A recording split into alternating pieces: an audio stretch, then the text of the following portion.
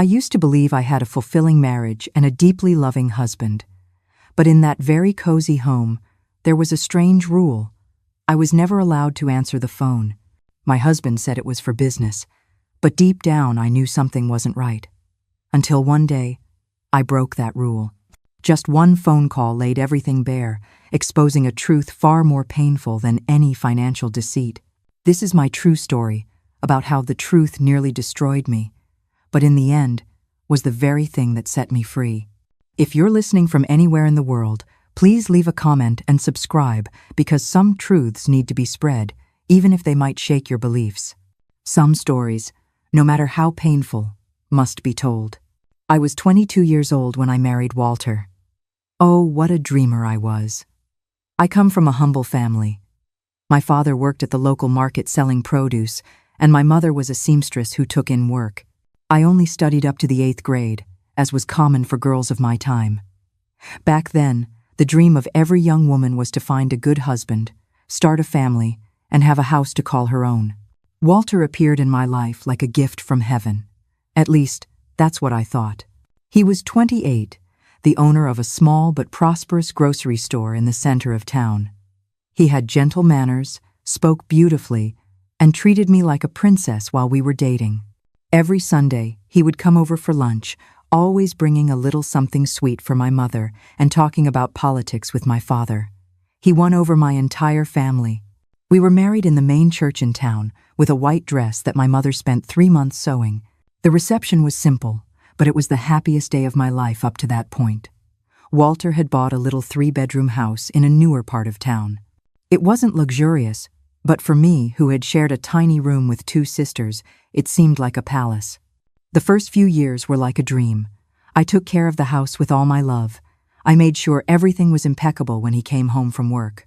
I cooked his favorite dishes, kept his shirts always well pressed.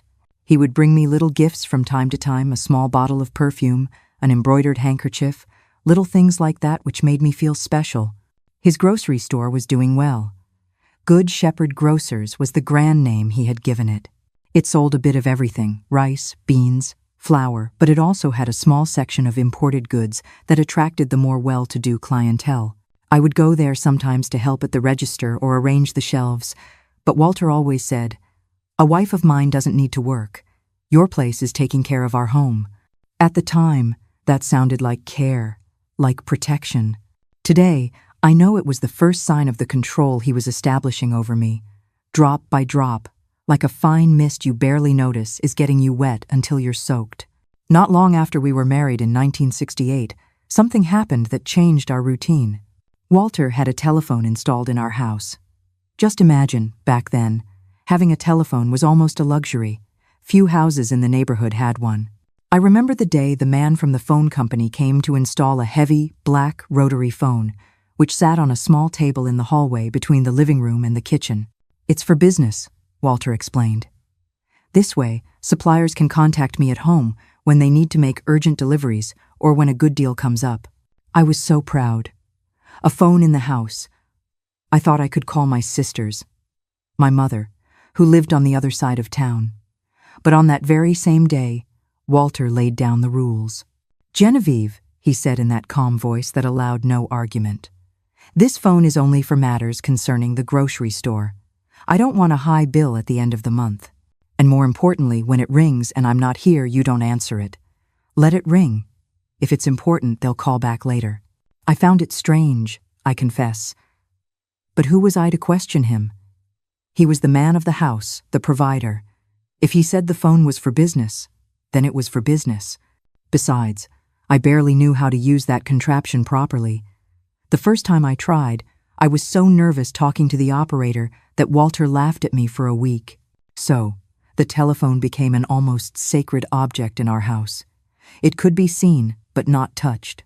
My dears, perhaps you find that strange now, don't you?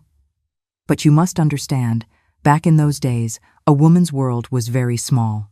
Questioning your husband was like questioning why the sun rises. My trust back then was a simple, sturdy thing, not yet tested by the coming storms. I would dust it every day, but that was all. When it rang in Walter's absence, I would look at it like one looks at a coiled snake ready to strike. I let it ring until it stopped, sometimes counting the rings, like counting the anxious beats of my own heart. Over time, I started to notice a pattern. The phone rang more often at night, after 8 p.m., when the stores were already closed. What supplier would call at that hour? And even more curious, Walter started making a point of answering it on the first or second ring, as if he were expecting the call. When he answered, his voice would change, becoming lower, more restrained. Sometimes he would just say, "Yes," "No." I understand short phrases and then hang up. It was around this time that I noticed the first changes in Walter. He started coming home later, saying he needed to close out the register, check the inventory, or wait for late deliveries. He began going out some nights, claiming meetings with other local businessmen.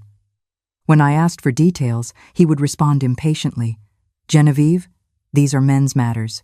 You wouldn't understand." I didn't question it.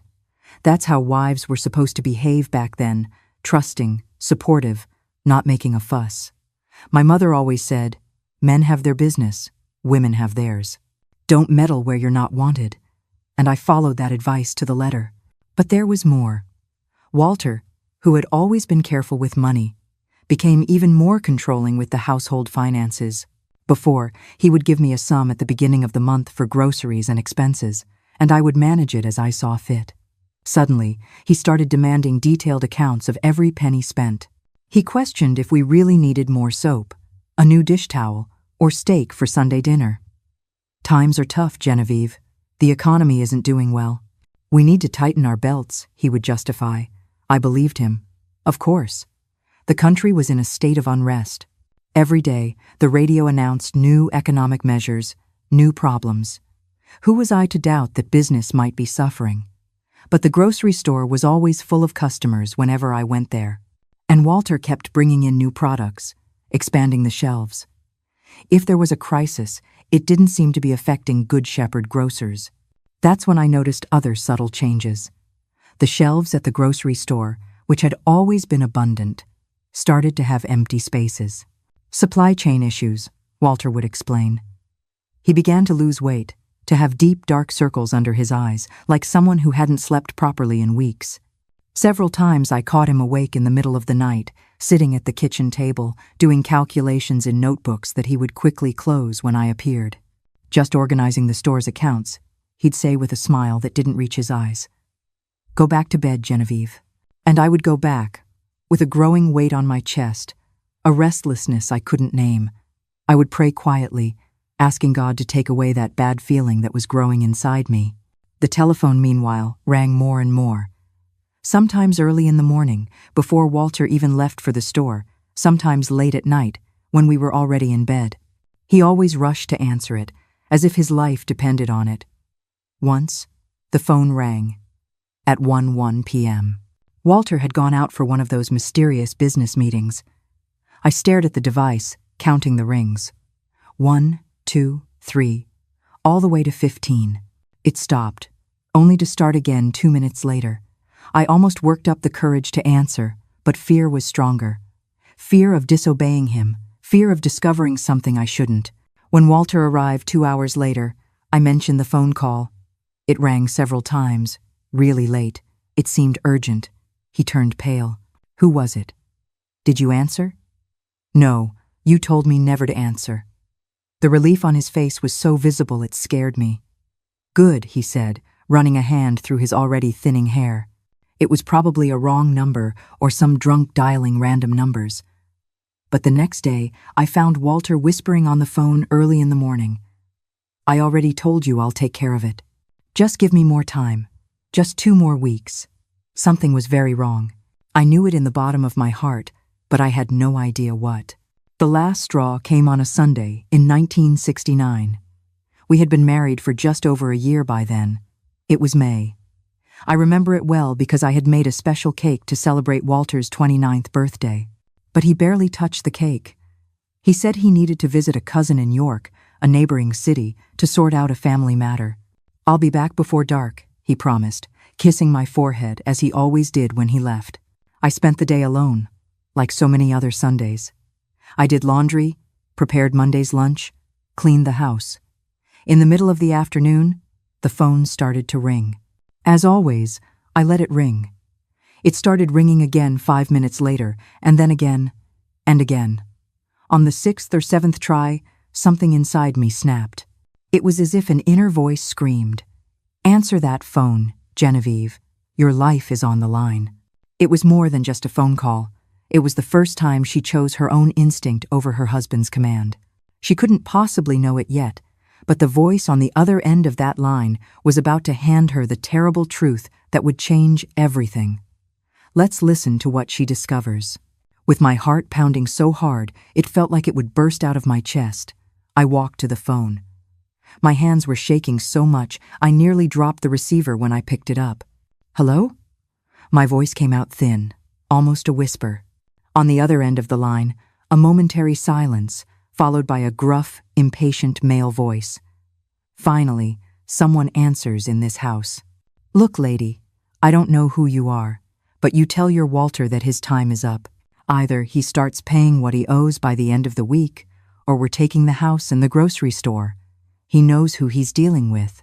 At that moment, I felt as if the floor had vanished from under my feet.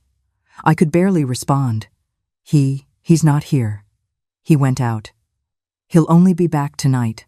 The voice on the other end grew even more irritated. It's always the same story. "He's not here. He went out. He'll be back later." "Look, lady, let me be very clear. Your husband owes a lot of money to people you don't mess with. For over a year now, he's been borrowing to cover his gambling debts and only pays the interest when we put the squeeze on him. Our patience has run out." Gambling? Was all I could stammer. The man let out a dry laugh. "You didn't know? Your husband is a regular at the underground casinos in Philadelphia. He's there every week, thinking he's going to win back what he lost the week before. Typical addict. Started off owing pocket change. Now he owes more than that dump of a grocery store is worth." My world collapsed in that instant. I thanked him in a trembling voice, said I'd pass on the message, and hung up. I sat on the floor, right there in the hallway, unable to move, to think clearly. Gambling, debts, years of lies. The control over the money, the late nights out, the forbidden telephone, it all made sense now, a terrible sense that filled me with dread. When I managed to get up, I went straight to our bedroom.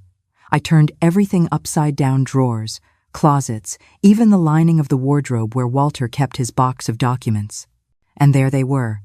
Notebooks upon notebooks of notations, crumpled receipts, notes with thinly veiled threats, papers with names and astronomical sums. On one of the papers, I found something that chilled me to the bone.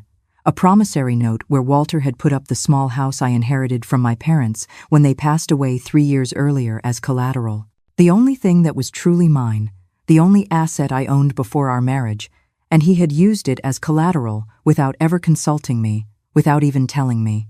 Sitting there amidst that paperwork that evidenced years of lies, I cried as I had never cried before. I cried for the naive girl I once was, for the betrayed trust, for the uncertain future that now awaited us. I cried until I had no tears left, until my throat was raw and my body ached with a hollowness so profound I thought it might swallow me whole. For a long moment, there was nothing but despair. The floor felt cold beneath me, and the silence of the house was deafening. I saw my reflection in the dark glass of the wardrobe door, a woman I barely recognized, her face streaked with tears, her eyes empty. It was in that emptiness that a tiny spark ignited. It wasn't a sudden switch, my dears, but a slow, painful crawl back from the abyss. It was the whisper of my mother's voice in my memory. Even in the darkest soil, a seed can grow. I looked at my hands, the same hands that baked bread and sewed dresses, and I decided they would not be the hands of a victim. They would be the hands of a builder. Slowly, deliberately, I gathered the papers, my movements no longer frantic but filled with a cold, hard resolve. I had to save us, because it was clear my husband couldn't. Walter returned as dusk was falling, just as he had promised. He looked dejected, tired. I gave him a kiss on the cheek. I served dinner, as on any other Sunday. I watched him eat in silence, studying his every expression, every gesture. How could I have been so blind for so long? "Did anyone call?" he asked casually, as he did every night. I took a deep breath. It was the moment of truth. "Yes, Walter," someone called. And this time, I answered. With just a few words, the power in the room shifted entirely. The naive girl was gone, replaced by a woman demanding the truth. Walter could either run or confess, but either way, their life would never be the same. Let's hear how he handles the moment his world comes crashing down. You should have seen his face at that moment. It was as if Walter had seen a ghost. The fork fell from his hand and clattered against the plate with a noise that seemed to echo through the entire house. You answered the phone?" His voice came out strangled, almost a whisper. At that moment, my dears, I felt a strength I had never felt before. It was as if all the saints in heaven were giving me courage. I kept my voice steady, looking directly into his eyes. "Yes, Walter." And it wasn't just anyone who called.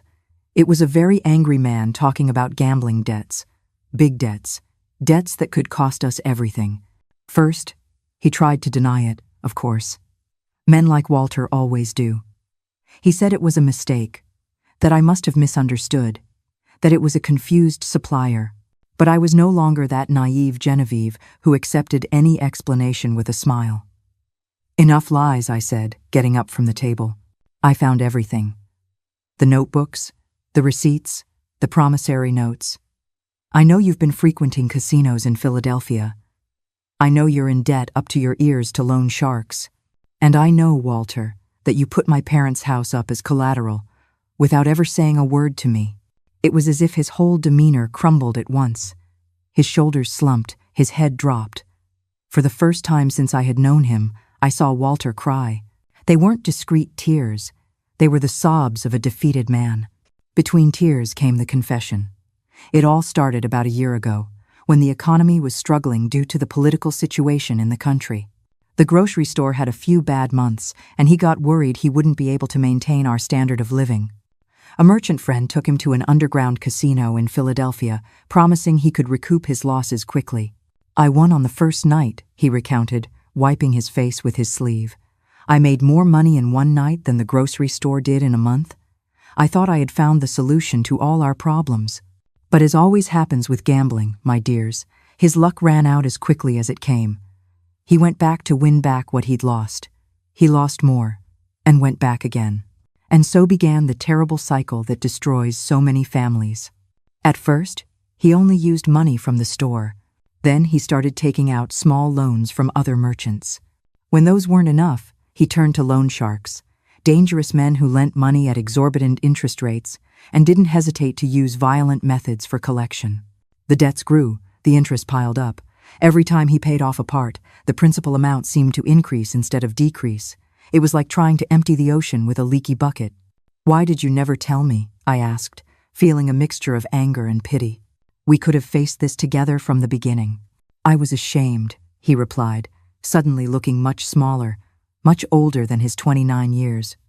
"You always admired me so much, always saw me as a successful man, a good provider. I didn't want you to know what a failure I had become. I stayed up all night, my dears, thinking about what to do. A part of me wanted to pack my things and go back to my parents' house, the very one that was now at risk because of his gambling debts. Another part remembered the vows I made at the altar, for better or for worse. Wasn't this the for worse? That was the longest night of my life, my dears. Every corner of that house seemed to whisper his lies. A part of me, the angry, wounded part, screamed to just run, but another, quieter voice deep inside spoke of the vows I had made before God. I had to choose which voice to listen to, the one from my broken heart, or the one from my sacred vows. In the morning, I made my decision. I called Walter to the kitchen table and placed all the notebooks and papers I had found in front of him. "We're going to solve this together," I said. "But I have conditions. First, you have to stop gambling completely. No just one more time, no just to win it back. A clean break. Second, you need to get help." Back then, groups like Gamblers Anonymous weren't well known in our small town, but the priest at our parish, Father John, had experience counseling men with similar addictions. Third, and perhaps most importantly, from now on, all financial decisions will be made by both of us. Not a single dime will come in or go out without my knowledge. "And if I don't agree?" he asked, in a final flash of the male pride that dominated that era. "Then I'll be on the bus to my sister's house tomorrow morning," I replied with a calmness I didn't know I possessed. "And you can explain to your creditors why your wife jumped ship." He agreed to everything. What else could he do? We were on the edge of a cliff, and he knew it better than anyone. That very afternoon, I did a full inventory of our situation. The news was even worse than I had imagined. The total debt was almost 10 times what the grocery store earned in a year. The house we lived in was already promised to one of the creditors.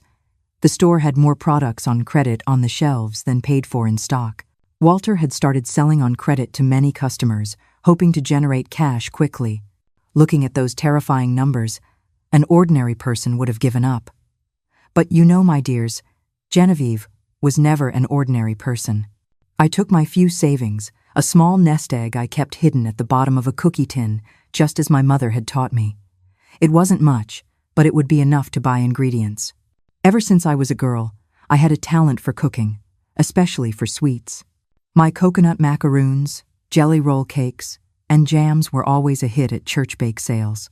The next morning, I turned the porch of our house into a small sweet stand. I put down a nice tablecloth, arranged the sweets in colorful paper cups. I made a simple sign: Genevieve Sweets, made with love.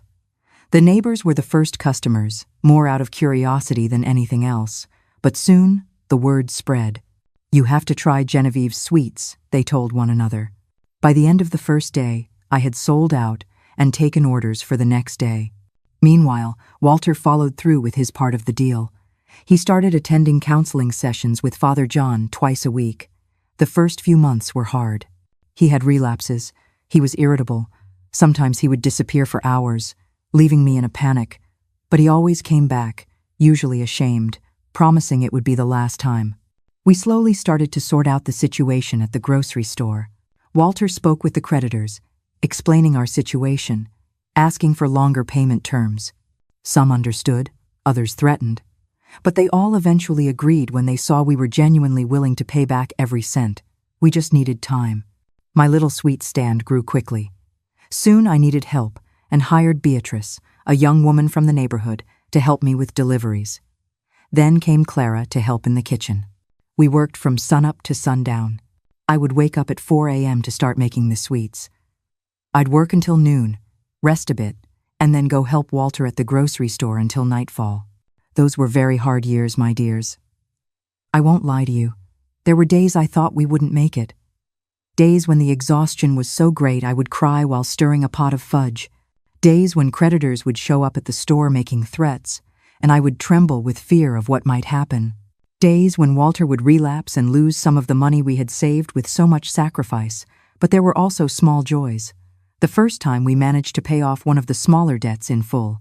The satisfaction of seeing my sweets praised by people from other towns. The pride in Walter's eyes when he managed to complete another month without succumbing to his addiction. 3 years passed like that. Slowly, with a lot of effort, we began to see a light at the end of the tunnel. The debts were still large, but now they seemed manageable. The grocery store was recovering. My sweets had a loyal clientele, and I was starting to dream of having my own shop one day. Walter also seemed like a different man.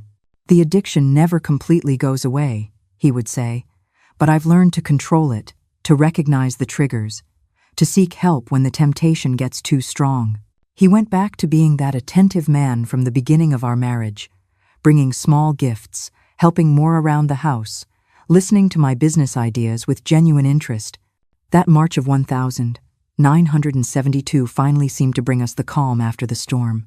We had just made an agreement to pay off one of the largest debts, the one that threatened my parents' house.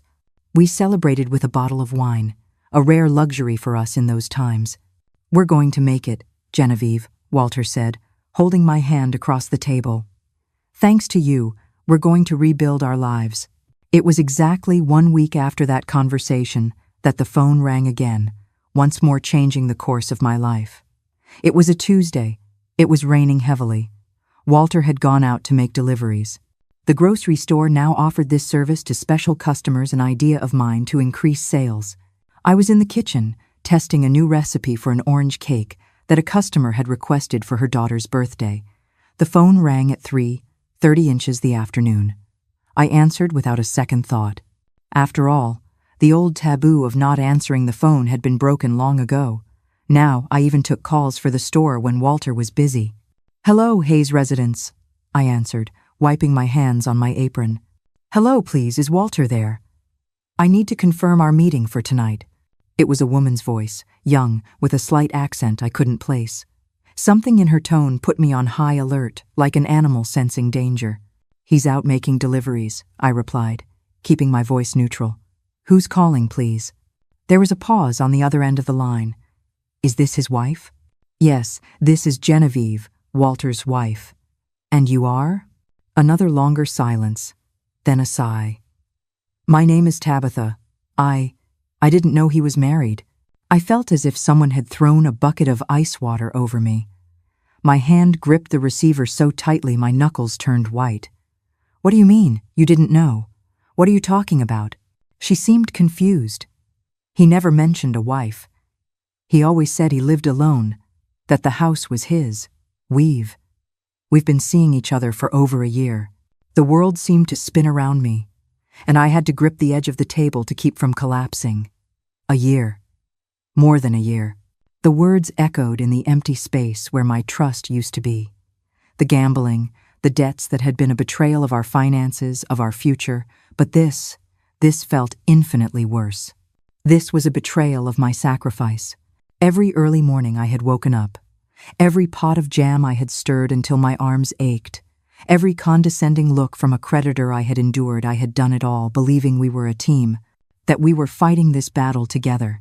The realization that while I was building our lifeboat, he was secretly meeting another woman, felt like a deliberate, cruel stab to the heart.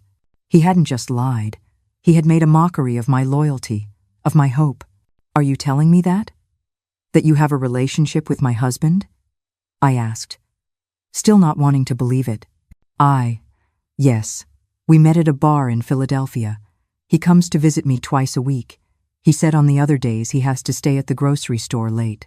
I took a deep breath. A part of me wanted to scream, to curse, to throw the phone against the wall, but that wasn't how Genevieve Hayes solved her problems. "I see. And you have a date tonight?" "Yes," she answered, sounding increasingly uncomfortable. "He said he would stop by here at 7, as always." "Thank you for informing me, Tabitha. Have a good afternoon." I hung up the phone with a calmness I didn't feel. I sat down at the kitchen table, staring into space, trying to process what I had just discovered. 3 years of sacrifice. 3 years of waking up before the Sunday. 3 years of putting up with his bad moods on difficult days, celebrating every small victory against his addiction, believing we were in that fight together. And during that time, for at least a year of that time, he had another woman. The tears came, inevitably. I cried quietly so the neighbors wouldn't hear, so no one would know of my humiliation. I cried for the Genevieve who had been deceived yet again, who had once more believed Walter's pretty words. But when the tears dried, resolve came. No, I would not be made a fool a second time. I would not go back to being that submissive wife who accepts anything to keep up appearances, to avoid being the talk of the town. I wiped my face, went back to the kitchen, and finished making the orange cake. Then I cleaned the entire house, as I always did on Tuesdays. I washed, ironed, and folded Walter's shirts. I placed his nicest one on the bed, the navy blue one he wore on special occasions. Next to the shirt, I placed a note. "For you to wear on your date tonight. It's all arranged with Tabitha. Have fun." Then I started packing my bags. I didn't take much. Some clothes, photographs of my family. Our wedding album, ironic, isn't it? And my recipe notebook. The rest could stay behind, along with the 4 years I had dedicated to that marriage. At 6 p.m., Walter returned from his deliveries. He found the packed bags in the living room and the note on the bed. His face, when he saw me sitting calmly on the porch, was the very picture of desperation. "Genevieve, I can explain. It's not what you think. As they always say, isn't that right, my dears?" "There's nothing to explain, Walter," I replied without raising my voice. I've had my share of lies for one lifetime. It was a moment of weakness, he pleaded, kneeling in front of me. It's over. I ended it with her when you found out about the debts. I realized I couldn't lose you, that you were the only person who truly cared about me. A humorless laugh escaped my lips. You ended it? Then why did she just call, confirming your date for tonight? He fell silent, defeated by his own lie. Listen closely, Walter, I said, standing up from my chair. Fooled once, I can forgive. Twice, it's a pattern. I will not be fooled a third time. This wasn't the act of a woman running away from a problem. This was the act of a woman walking toward her own life. In that moment, Genevieve wasn't losing a husband. She was gaining her freedom. Keep listening to see how she builds an entire empire from the ashes of this marriage. I grabbed my bags, called a cab, another rare luxury in those days, and left for the house I had inherited from my parents. Luckily, the promissory note Walter had signed, putting the house up as collateral, had not yet been executed. It was the only place I could go. As the cab pulled away, I looked back and saw Walter standing in the doorway, looking smaller and more fragile than ever. For a brief moment, I felt pity. But then I remembered that pity is no foundation for a marriage. Respect is, trust is, and he had destroyed both. As I watched my old life shrink in the window, I won't lie to you, my dears, I was terrified. Freedom, at first, can feel a lot like being lost. But beneath that fear, a tiny seed of something else was planted. The feeling that for the first time, I was at the steering wheel of my own life, even if I didn't know the way. At 26 years old, I found myself alone, with debts that weren't mine and a broken heart. But I also found myself the master of my own destiny for the first time in my life. And that Genevieve, my dears, that Genevieve was just beginning to discover her strength.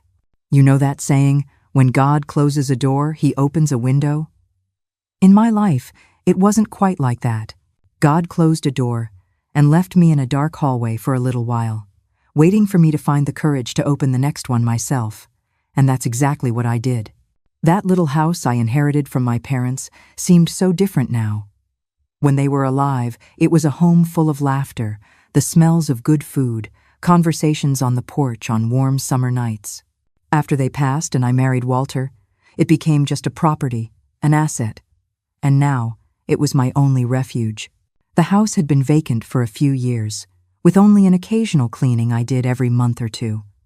There was dust everywhere, cobwebs in the corners, the yard overgrown with weeds.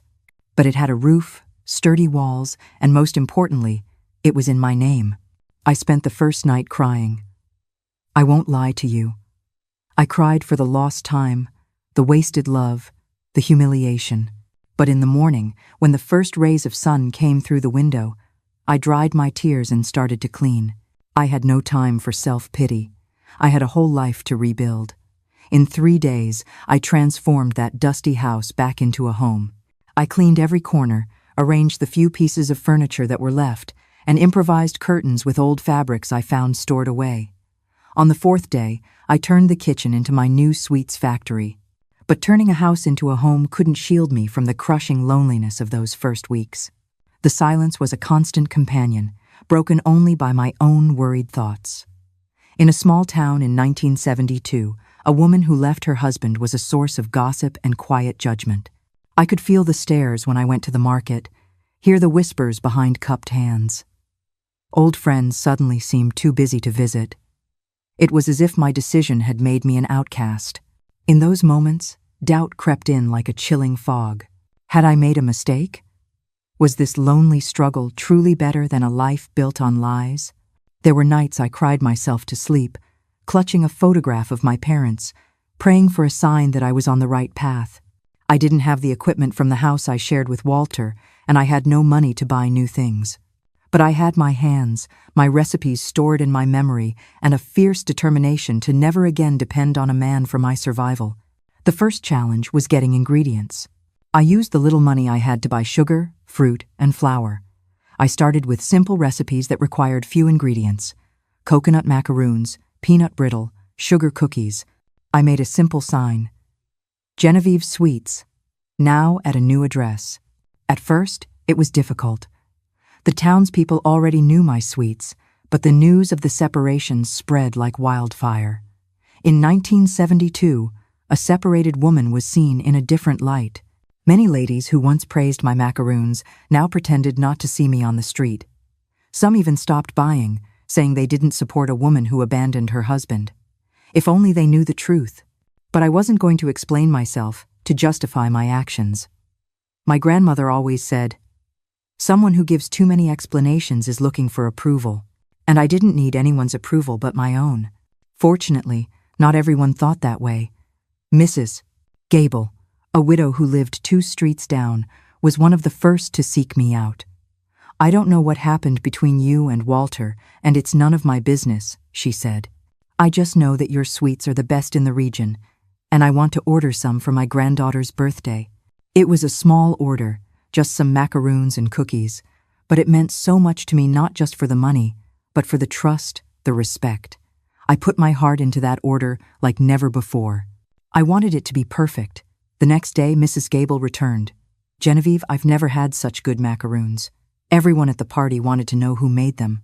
I already have 3 neighbors who want to order for their parties." That's how I started, by word of mouth, from one small order to another, slightly larger one. The first month, I barely made enough to pay the bills. The second, I managed to save a little. By the third, I already needed help to keep up with all the orders. I hired Naomi, a young woman from the neighborhood, to help me in the kitchen. She was a fast learner and had a good hand for sweets. Soon after, I had to call on Iris to help with deliveries and cleaning. My small kitchen could no longer handle the volume. In 6 months, I turned the front room of the house into a makeshift shop. I put up a shelf, some glass jars to display the sweets, and a hand-painted sign. "Sweet memories. From Genevieve's kitchen to your home." It was around this time that the first message from Walter arrived. It wasn't a letter. It was a note brought by the grocery store's delivery boy. "Genevieve, we need to talk. The store isn't doing well without you. I'm not doing well without you. Please give me another chance." I didn't reply. What for? There was nothing to say. 2 weeks later, he showed up in person. He was thinner, with deep, dark circles under his eyes. He looked like he had aged years in just a few months. I almost felt pity. Almost. "Genevieve, please. I was wrong. I know I was very wrong, but I'm paying for my mistake every day. The store is sinking. The creditors are more aggressive.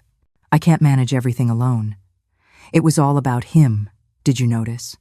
About his problems, his difficulties.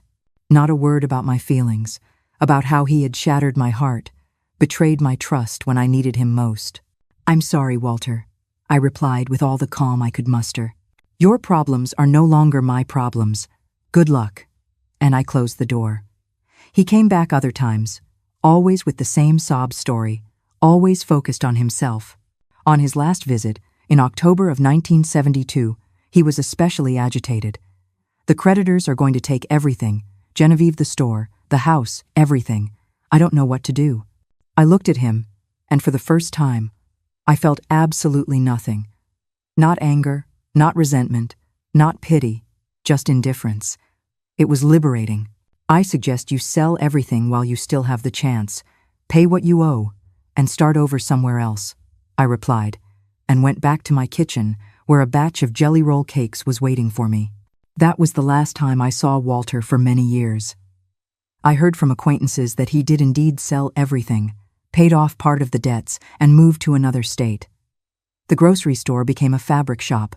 The house where we lived for 4 years became a pharmacy.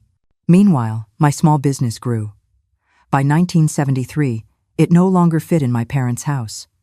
I needed my own space, with professional equipment, more employees. I went to the bank to apply for a loan, a frightening prospect for a divorced woman in the 72nds. The manager, Mr. Peterson, looked at me over his glasses with that expression men use when they think women don't understand business. "Do you have a co-signer? Your father, perhaps, or a brother?" "No," I replied, maintaining an upright posture. "I have only my work history, my loyal customers, and this house, which is in my name, free of any debt." He hesitated, leafed through my documents, asked more questions. In the end, he approved a smaller loan than I had requested, with higher interest rates than they would have offered a man, but it was enough to get started. I rented a small building on the town's main street. It used to be a shoe store that closed when the owner moved to New York. I renovated everything, bought industrial ovens, mixers, utensils. The grand opening of the first official Sweet Memories store was on the 5th of January 1974. I hold that date in my heart as if it were a second birthday. Customers came from all over the region. My former helpers were now official employees, with contracts and everything. I had to hire 4 more young women to handle the demand. We expanded the menu. In addition to the traditional sweets, we started offering party cakes, pies, and savory pastries. The success caught people's attention. In May of that year, a reporter from the Philadelphia Inquirer came to do a story on the confectioner who conquered the countryside. A photograph of the store appeared on the front page of the business section with the headline, "From Home Kitchen to Successful Enterprise, the Story of Genevieve Hayes." It was the first time I saw myself as a businesswoman, an entrepreneur. Until then, I was just surviving, doing what I knew how to do to make a living. But that report made me see further, dream bigger. In 1975, I opened the second store, this time in Philadelphia. It was a risky step. The capital was another world, with more competition, more demanding customers. But my sweets had something special, something people recognized in the first bite. "It tastes like childhood," many customers said. "It tastes like Grandma's house." The secret? There was no secret. Just respect for traditional recipes, quality ingredients, the right timing for each preparation, and maybe, just maybe, a little piece of my story in every sweet. The bitterness transformed into sugar, the pain transformed into art. By 1978, on paper, I was a success story. My name was known throughout the state. Sweet Memories was a respected brand with 4 stores, over 30 employees, and a small factory. But what the newspaper articles didn't show were the years behind that success. They didn't write about the Christmases I spent working late, the weddings of friends I had to miss, the exhaustion that was so deep it felt like it had settled into my bones. Success, my dears, is not a destination you arrive at. It is a relentless journey.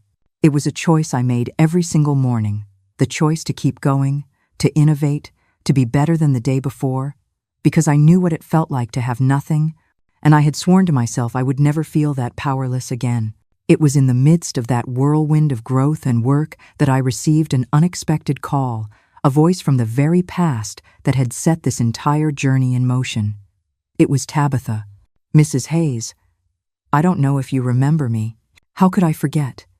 That voice had changed the course of my life. "I remember you, Tabitha. What can I do for you?" She was in a difficult situation. After Walter left, she discovered she was pregnant with his child. She raised the son alone for 5 years, working as a seamstress. Now, she was facing financial hardship and wanted to know if Walter had left any contact information, any way to locate him to ask for help. I felt a pang in my chest. Not of jealousy or resentment. Those feelings had been overcome long ago. But for that innocent child, paying for the mistakes of an absent father, I haven't had contact with Walter in years, Tabitha. But if you need a job, I'm expanding my business, and I need trustworthy people. She hesitated, clearly surprised by the offer. "After everything, you're offering me a job? The past is the past. Besides, you weren't the one who betrayed my trust. You were deceived by him too. I know what some of you must be thinking. Genevieve, have you lost your mind?" But you see, my dears, holding on to anger is like drinking poison and expecting the other person to die. I saw in her the same pain I once felt, the pain of being lied to by the same man. Helping her wasn't about forgiving Walter, it was about setting myself free.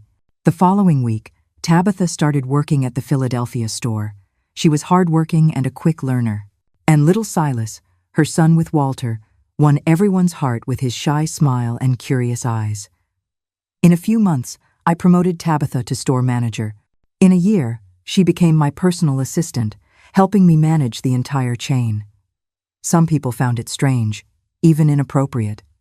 "How can you employ your ex-husband's mistress?" the gossips would ask. I would just smile and reply, "I only hold grudges against those who deserve them. And even then, not for long." It takes up too much space in the heart. The 1,980 seconds arrived, bringing more expansion, more challenges, more achievements. We opened stores in Columbus, Trenton, and Baltimore. Our sweets began to be sold in supermarkets, packaged with our registered trademark, a silhouette of a woman stirring a pot of candy with the slogan, "A taste of triumph." In 1982, I received an offer to sell the company to a larger corporation. They offered a fortune, more money than I had ever dreamed of having. I refused without a second thought.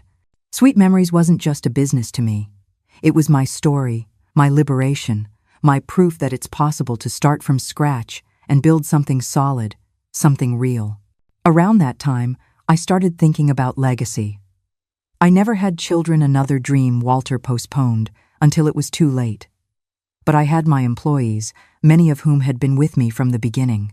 I had Silas, Tabitha's son, who at 12 years old was already saying he wanted to run Aunt Genevieve's candy factory when he grew up. I decided to create a profit-sharing program, something revolutionary for a company of that size at the time. My longest-serving employees received small percentages of the company. I also created an education fund for their children, ensuring they could all study and have opportunities their mothers didn't have. In 1985, we had the greatest proof that we were on the right path. Forbes magazine, one of the most important in the country, published a cover story on the 10 most successful female entrepreneurs in the Northeast. There I was, Genevieve Hayes, former housewife, now commanding a sweets empire with millions in annual revenue. The reporter who interviewed me asked what the secret to my success was. I answered with the simplicity that has always characterized me. There's no secret, just hard work, respect for traditions, and the conviction that no mistake is too big to stop us from starting over. Every sweet that leaves my stores carries a piece of my story, a story of falling and rising, of pain and overcoming. Maybe that's what people feel when they taste our sweets. It's not just sugar and flavor, it's life transformed into something sweet. That interview changed the way I saw my own journey. For the first time, I looked back and understood the scale of what I had built. It wasn't just a company, it was a symbol that women can indeed rise from devastating situations and build empires. And it all started with a phone call. A phone call I was never supposed to answer, according to the rules of my marriage. A phone call that broke my heart, but freed my soul. Funny how life works, isn't it, my dears? Sometimes, the greatest pain can be the beginning of the greatest joy. Sometimes, the end is just the beginning of something much bigger than we could ever imagine. You've heard that saying, what goes around, comes around. In my life, it went around so many times that sometimes I get dizzy just thinking about it. And one of the biggest surprises came just when I least expected it, at the height of my success. It was 1,987. Sweet Memories was already a chain, with 12 stores spread across 5 northeastern states. We had a main factory in Lancaster, and 2 smaller ones in Philadelphia and Trenton. More than 200 employees depended directly on the business I started in my home kitchen. I, who was once just the wife of Mr. Walter from the grocery store, was now known as Mrs. Genevieve, the entrepreneur, the pioneer, the woman who built a sweets empire with her own 2 hands. That year, we were preparing something special, the inauguration of our first store in New York City. It was a huge step, even frightening. New York was another world bigger, faster, more demanding. Many people advised me against this expansion. Mrs. Genevieve, the people of New York won't understand our Pennsylvanian sweets, some said. There's too much competition there, brands that are too big, others warned. But I've always been stubborn. You've probably noticed that by now, haven't you? When I set my mind to something, I see it through to the end. And something told me it was time to take Sweet Memories beyond the Northeast, to show the entire country that our sweet-making tradition deserved national recognition. The store would be on 5th Avenue, one of the most important streets in the city. The rent was exorbitant, the initial investment terrifying. But we had done our homework, market research, menu adaptations to please the New York palate, special training for the team that would work there. 2 weeks before the inauguration, I traveled to New York City to supervise the final details. I wanted everything to be perfect, from the decor to the employee training. Tabitha came with me. After so many years, she had become my right-hand woman, my trusted confidante. Silas, now 14, also accompanied us. He was on school vacation and loved to participate in the family business, as he called it. The day was hectic. I tasted new recipes our chef had developed especially for New York. I approved the final design of the facade. I reviewed contracts with local suppliers. It was past 6 p.m. when we finally took a break. We decided to have dinner at a nearby restaurant recommended by the building manager. The place was elegant but cozy. We sat at a table in the back, and I ordered a bottle of wine to celebrate this latest achievement. We were chatting excitedly about the opening when the maitre d's voice caught my attention. "Mr. Hayes, your table is ready." Hayes, Walter's last name. Of course, it had to be a coincidence. Hayes isn't that uncommon a surname. I continued talking, but my eyes involuntarily searched the restaurant's entrance. And there he was. Walter Hayes, 15 years older, with completely gray hair, now stockier than I remembered, but unmistakably him. He was accompanied by a distinguished-looking lady, probably his age, and a young man, maybe around 20. My heart skipped a beat, not of love, not of longing. Those emotions were long gone. It was more a jolt of surprise, that strange feeling of seeing someone you once knew so intimately, who now seems like a stranger. "Genevieve, what's wrong?" "You're pale," Tabitha asked, noticing my sudden change of expression. Before I could answer, Walter turned in our direction. Our eyes met. I saw the recognition in his, followed by something I couldn't identify. Surprise, perhaps embarrassment, perhaps regret. He whispered something to the woman beside him and then, to my surprise, started walking toward our table. "Genevieve," he said, stopping a few feet away, as if he didn't dare come closer. "What a surprise to see you here." 15 years. 15 years since I had seen him begging at my door to come back, talking about creditors, debts, the sinking grocery store. And now there he was, well-dressed, apparently well-off, in one of the most expensive restaurants in New York City. "Hello, Walter," I replied, keeping my voice steady. "It is a surprise." An awkward silence fell. Tabitha looked from one to the other, confused. Silas, who had never heard of Walter I, avoided mentioning that part of my life seemed intrigued. "You look wonderful," he finally said. "I've heard about your success. Sweet Memories is all over the Northeast, isn't it?" I nodded, not knowing exactly what to say. Part of me wanted to send him away, to say we had nothing to talk about after so many years, after everything that had happened. But another part, perhaps the older, wiser part, was curious. How had he recovered? What had happened in his life? And who were those people with him? As if reading my thoughts, Walter turned and gestured to the woman and the young man who accompanied him. They approached, both with politely curious expressions. "Genevieve, this is Helen, my wife, and this is Aaron, our son." Wife. Son. Walter had rebuilt his life, just as I had rebuilt mine. For some reason, this brought me a strange comfort. I greeted them both politely. Helen had a kind smile, intelligent eyes. Aaron was the spitting image of his father in his youth, the same almond-shaped eyes, the same strong chin. "It's a pleasure to meet you, Mrs. Hayes," Helen said with a sincerity that surprised me. "Walter has told me so much about you." I raised my eyebrows, unable to hide my surprise. Walter talked about me to his current wife? What could he have said? That he cheated on me? That he ruined our marriage with gambling debts and lies? "Only good things, I assure you," Helen added, as if sensing my discomfort. "About your strength, your determination, how you started your business from scratch and turned it into something so successful. That was unexpected." Before I could respond, I remembered Tabitha and Silas, sitting at the table, watching everything with evident curiosity. "This is Tabitha, my business partner and friend," I introduced. "And this is Silas, her son." I saw Walter's eyes widen slightly as he looked at Silas. Did he recognize something familiar in that young face? Did he realize that this young man could have been his son too? If he did, he didn't show it. He greeted them both politely, and then, to my surprise, asked, "Have you ordered yet? Would you mind if we joined you?" "It's been so long. It would be nice to talk a bit." I looked at Tabitha, seeking her approval. After all, she had more reason than I to not want Walter's company. But Tabitha, always surprising, shrugged and smiled. "It's fine by me." And so, what started as a business dinner turned into something completely unexpected. A reunion with the past I thought I had left behind. You can just imagine the tension in the air.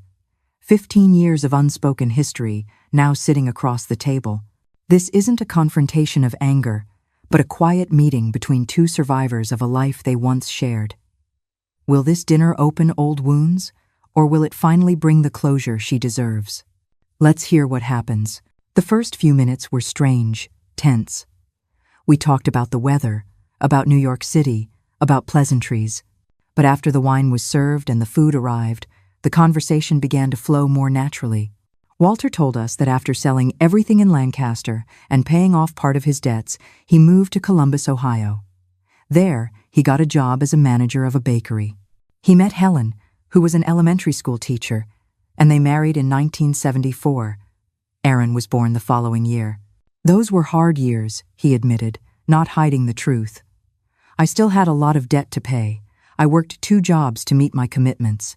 But I learned one thing from my mistakes, Genevieve: the importance of honesty. I never wanted anything to do with gambling again, never wanted to live a life of appearances again.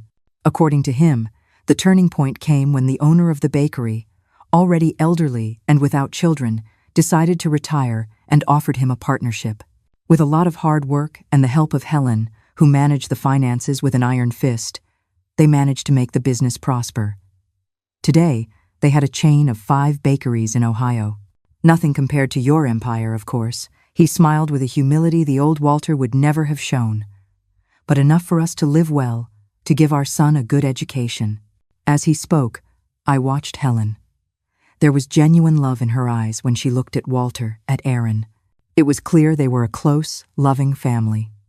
And, as strange as it may seem, I didn't feel jealousy. I didn't feel resentment. I just felt peace. The certainty that we had both found our paths, even if they were separate. When it was my turn to tell my story, I was honest.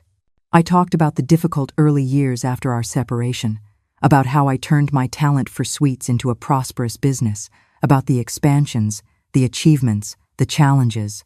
I didn't mention the betrayal. I didn't throw his past mistakes in his face. What for? Time had already done its healing work. At one point, Walter's gaze lingered on Silas, who was now a teenager. I could see him doing the math in his head. Our separation was 15 years ago. His expression was curious, but he said nothing. Some secrets don't need to be revealed, and some questions are better left unanswered. The dinner ended late. We exchanged contact information, more out of politeness than any real intention of keeping in touch. As we said our goodbyes, Walter held my hand for a moment longer than necessary. "Genevieve, I never had the chance to say this properly, but I am so sorry for everything. For the mistakes, the lies, the suffering I caused. You deserved better." I looked into his eyes. Eyes I once knew so well, eyes I once loved so much, and I saw sincerity. I saw genuine regret. I also saw gratitude, perhaps because I hadn't exposed the whole truth in front of his new family, because I had allowed him to maintain his dignity. "The past is in the past, Walter," I replied with the serenity that only the years can bring. We each reaped what we sowed, and it seems that in the end, we both planted good things. In the cab back to the hotel, Tabitha looked at me with an unreadable expression. "Are you okay?" she asked. I reflected for a moment. Was I okay? I had just had dinner with the man who had once broken my heart into 1,000 pieces, who had betrayed me, who had almost ruined me financially. The man who had inadvertently forced me to discover a strength I never knew I possessed. "I'm at peace," I finally replied. It's strange, isn't it?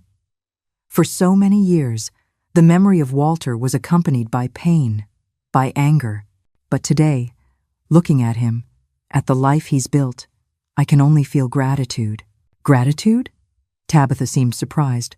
For what? For setting me free, I answered with a smile. If our marriage had continued, I might never have discovered what I'm capable of. I might have spent my whole life being just the wife of Never Genevieve, the entrepreneur. Sometimes, my dears, what seems like a curse turns out to be the greatest of blessings. Sitting in that cab, as the city lights blurred past the window, I finally understood. For all those years, I thought Walter's betrayal was the story of my ruin. But that night, I saw it for what it truly was. It was the story of my making. He didn't break me, my dears. He broke the cage I never knew I was in. Silas, who had been quiet throughout the conversation, finally spoke up. That man, he was my father, wasn't he? And there it is, the final, unspoken truth, laid bare by a simple question. In a strange and beautiful twist of fate, the man who broke her heart unknowingly gave her the two people who would help make her whole. A loyal partner in Tabitha and a son in Silas. This is the moment her new family is truly forged. The question took both me and Tabitha by surprise. We had never openly discussed this with him. Tabitha had always just said that his father had been a man who passed through her life briefly, who wasn't ready to be a father. Tabitha looked at me, then at her son, and nodded. Yes, honey, Walter is your biological father, but he never knew about you. And it's better that it stays that way, I added gently. He's built a new life.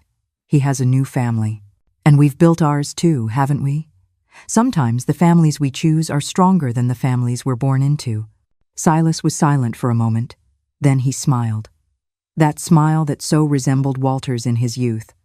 Aunt Genevieve is right, Mom. We don't need him. We have each other. We have our sweet memories, family. I hugged that young man who, in many ways, had become like a son to me. Life has its ironies. I, who could never have biological children, ended up adopting the son Walter never knew. And there we were, an unconventional family, united not by blood, but by something much stronger: choice, loyalty, true love. The opening of the New York City store a week later was a resounding success. Lines formed at the door. The press showed up in full force. Our sweets charmed the New York palate. But for me, the true milestone of that trip wasn't the business expansion.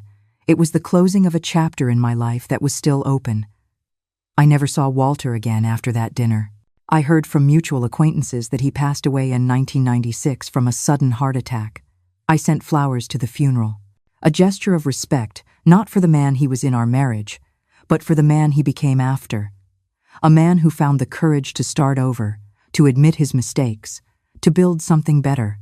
When I think about that night in New York, that unexpected reunion, I realize it was a gift from fate, a gift that allowed me to make peace not with Walter, but with myself, with that young Genevieve who once suffered so much, who once felt so much anger, so much resentment. Sometimes, my dears, forgiveness isn't something we offer to others. It's a gift we give to ourselves. It's the permission to let go, to move on, without the weight of the past pulling us back. And it all started with a phone call. A phone call I was never supposed to answer, according to the rules imposed by Walter. A phone call that changed everything, that showed me the truth, that set me free. If I am here today sharing my story with you, it's because I had the courage to answer that phone, the courage to face the truth, however painful it was, the courage to say no to a life of lies and yes to the unknown, to a new beginning. And if there's one lesson I want to leave with you, it is this. It's never too late to start over. It's never too late to discover your own strength. And above all, it's never too late to turn your pain into something sweet, something that not only nourishes your body, but also your soul.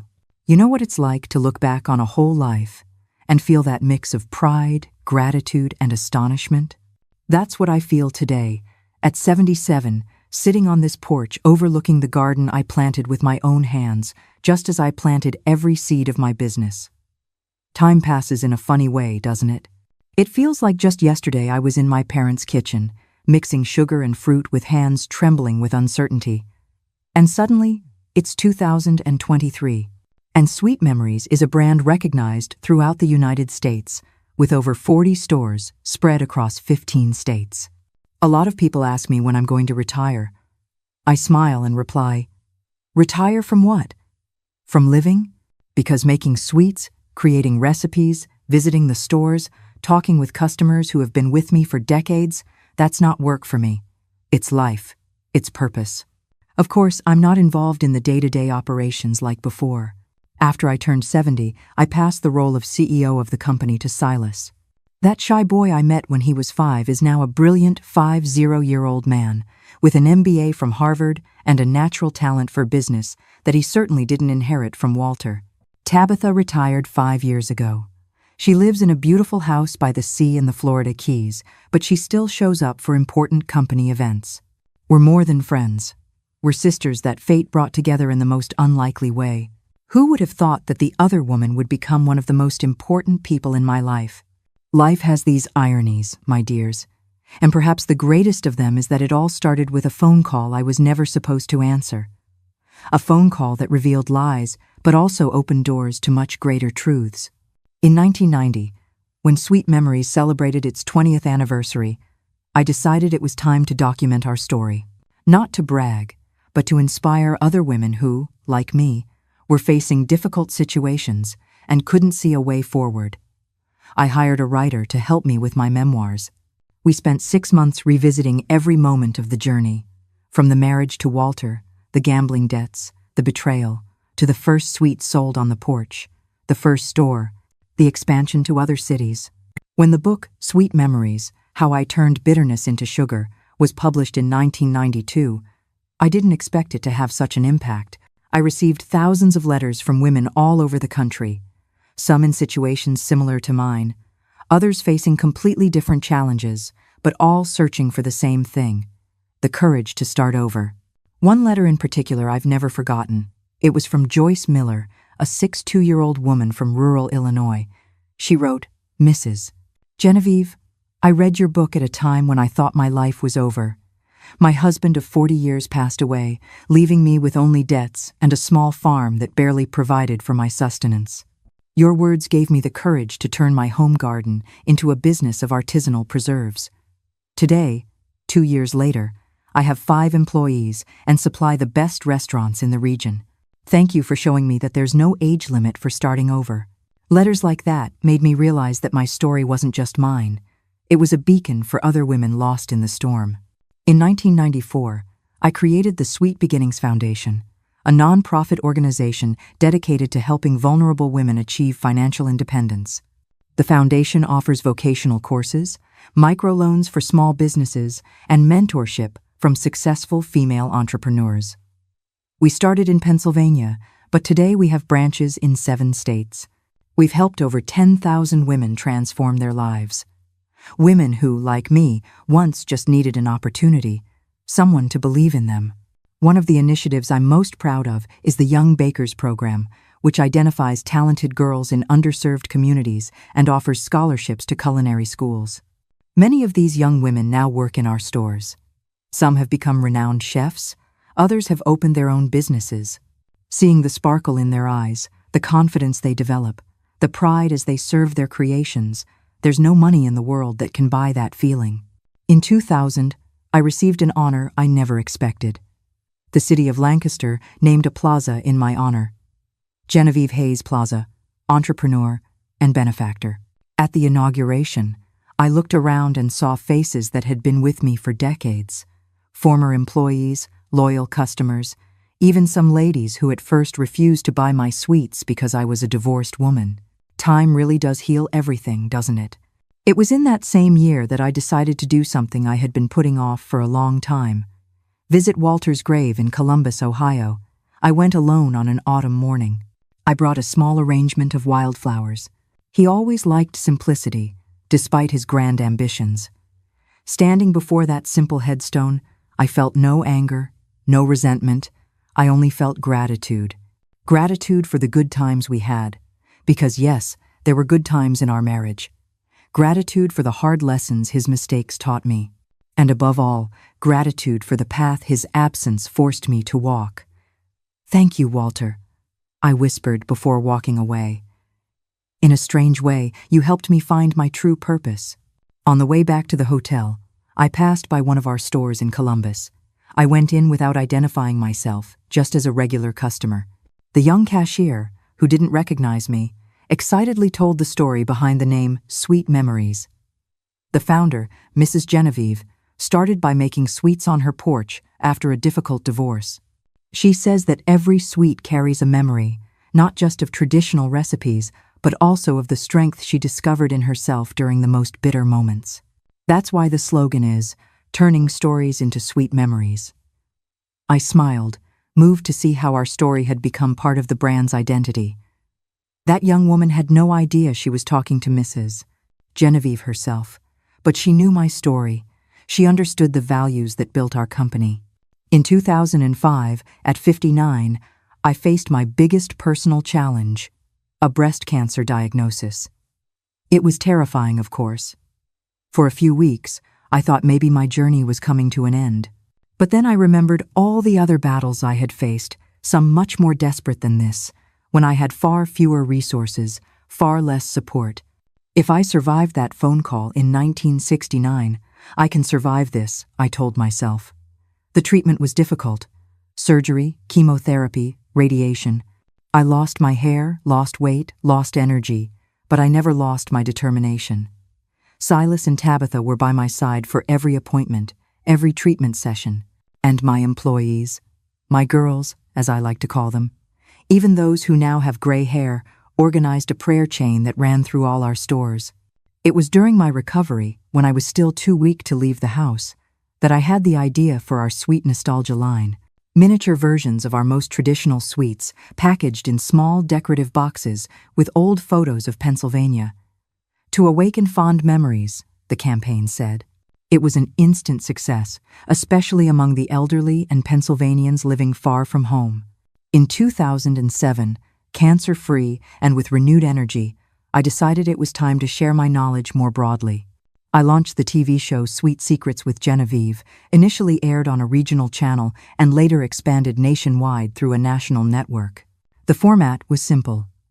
In each episode, I would visit the home of an ordinary person, and together we would prepare a traditional recipe, all while talking about family stories, overcoming adversity, new beginnings. It wasn't just a cooking show. It was a show about life, about turning simple ingredients into something special, just as we can turn difficult experiences into valuable lessons.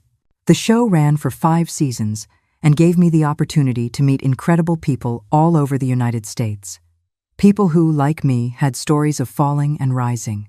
People who turned pain into art, into business, into purpose. In 2010, Sweet Memories took its boldest step yet, internationalization. We opened our first store outside the U.S. in Lisbon, Portugal. We chose Portugal because of the historical roots, the cultural connection, the similarities in confectionery traditions. It was a calculated risk, but one that paid off. The Portuguese fell in love with our American sweets with their regional Pennsylvanian touches. Today we have stores in Portugal, Spain, France, and Japan.